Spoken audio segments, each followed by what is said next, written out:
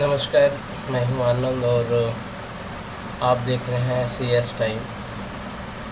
आज हम लाभ हानि से संबंधित जानकारी आप लोगों के साथ साझा कर रहे हैं। लाभ एवं हानि से संबंधित महत्वपूर्ण सूत्र, जिसका लाभ हानि से संबंधित प्रश्नों को हल करने के समय किया जाता है। लाभ बराबर होता है विक्रय मूल्य माइनस क्रय मूल्य। जैसे कि आपको पता है, जिस मूल्य पर किसी वस्तु को बेचा जाता है उसी मूल्य को विक्रय मूल्य कहा जाता है, और जिस मूल्य पर किसी वस्तु को खरीदा जाता है उसे क्रय मूल्य कहा जाता है। हानि बराबर क्रय मूल्य माइनस विक्रय मूल्य होता है। लाभ प्रतिशत बराबर लाभ गुण्य 100 बटा क्रय मूल्य होता है।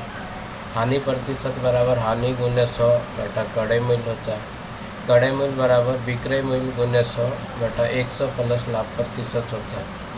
फिर क्रय मूल्य जब हानि हो उस समय क्रय मूल्य बराबर विक्रय मूल्य गुने 100 बटा 100 माइनस हानि प्रतिशत होता है।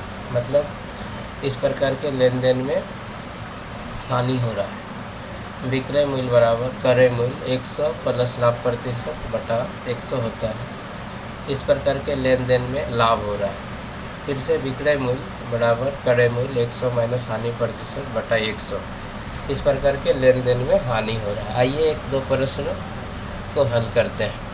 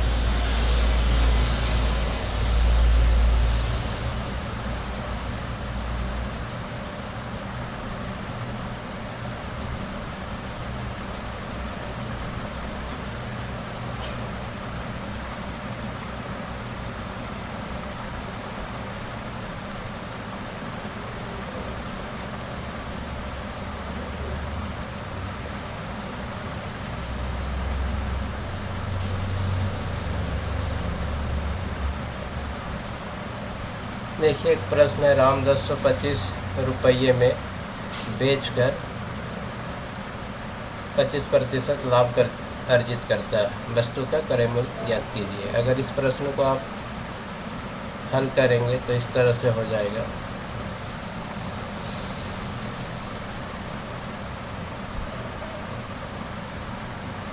प्रश्न से स्पष्ट है कि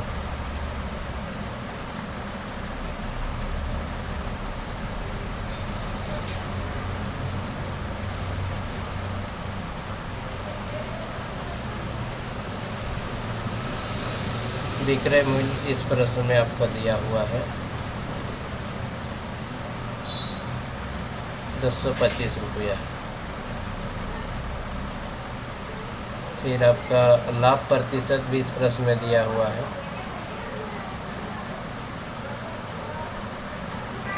25 है। इसमें यहाँ पूछा जा रहा है क्रय मूल्य।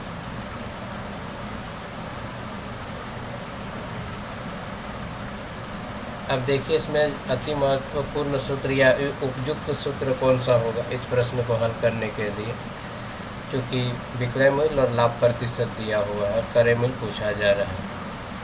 तो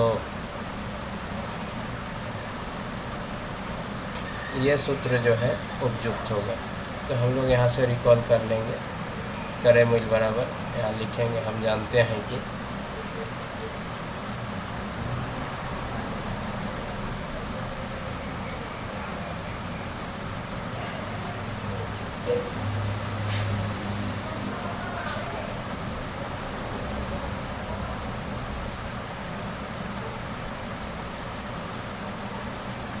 क्रय मूल्य बराबर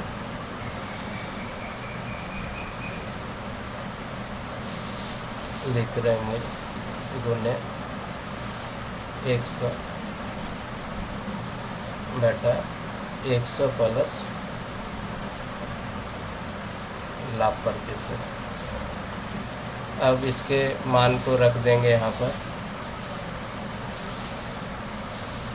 देखिए विक्रय मूल्य बराबर आपका 1025 रुपया है गुने 100 और 100 प्लस लाभ प्रतिशत आपका 25 है।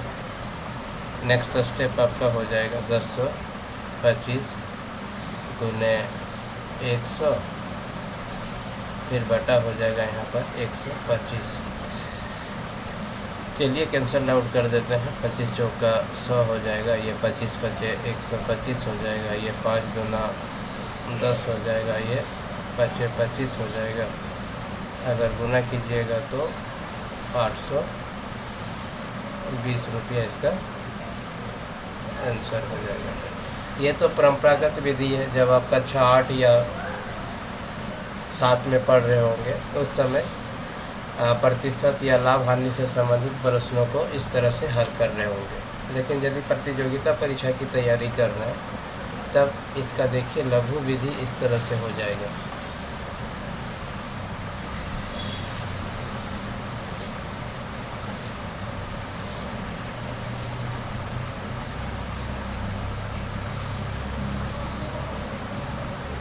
लघु विधि आपका हो जाएगा विक्रय मूल्य मतलब 1025 बटा फिर विक्रय मूल्य कर दीजिए तो 100 प्लस लाभ प्रतिशत आपका विक्रय मूल्य हो जाएगा मतलब 125 और यहाँ क्रय मूल्य हो जाएगा 100, क्योंकि यहाँ क्रय मूल्य ही पूछा जा रहा था।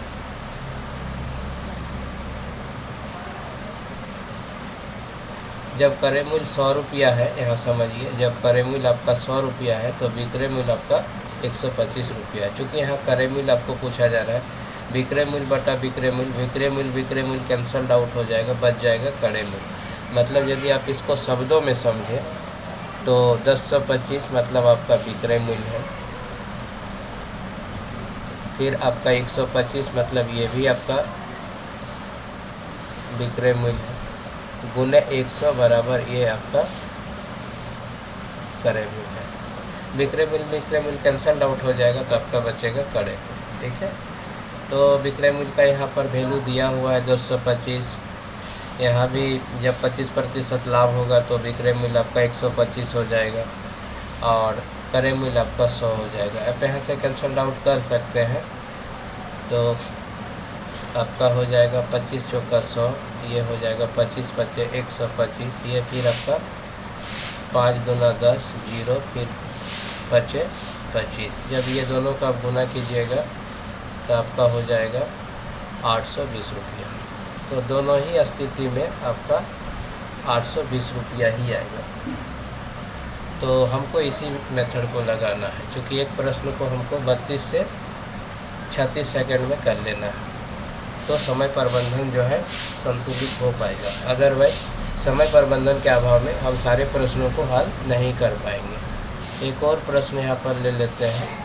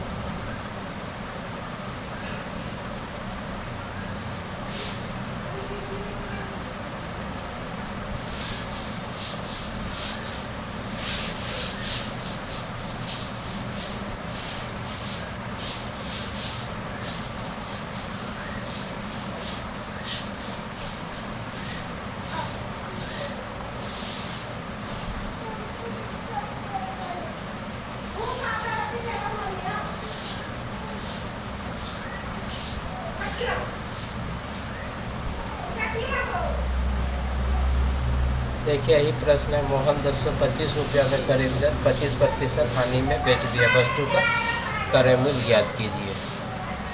तो इसका हल देखिए, यदि इसको ट्रेडिशनली हल करेंगे या लघु विधि में यदि इसको हल करते हैं तो देखिए क्या होगा।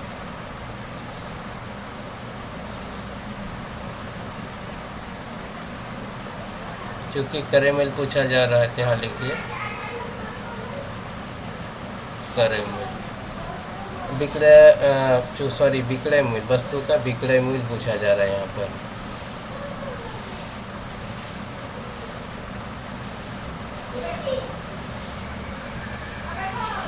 विक्रय मूल्य, तो विक्रय मूल्य बराबर आपका हो जाएगा,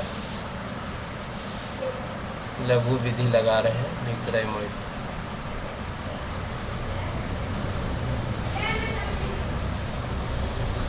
तो क्रय मूल्य मतलब हम लोग लगाएंगे यहाँ पर क्रय मूल्य, मतलब 10/25 फिर बटा यहाँ क्रय मूल्य हो जाएगा आपका 100 और फिर विक्रय मूल्य आपका हो जाएगा 125। कैंसल आउट कर दीजिए, 25 चौका 100, 25 बचे 125, गुना कीजिए तो हो जाएगा 25 के 5 हाथ में 2, 5 दूना 10 और 2 12, 2 हाथ में 1, फिर 1 5 के 5, बटा कितना हो जाएगा आपका 4। जब 4 से भाग लगाइएगा तो 4 1 के 4, बच्चा 4 दूना 8, बच्चा 3, 4 8 32, फिर 4 1 के 4, फिर 1 बचा आपका 4 दूना 8, फिर 4 5 20, इतना रुपया आपका आंसर हो जाएगा। इसी तरह से अन्य प्रश्नों को भी हल किया जाता है। ये 2 काफ़ी आसान प्रश्न लिया गया था।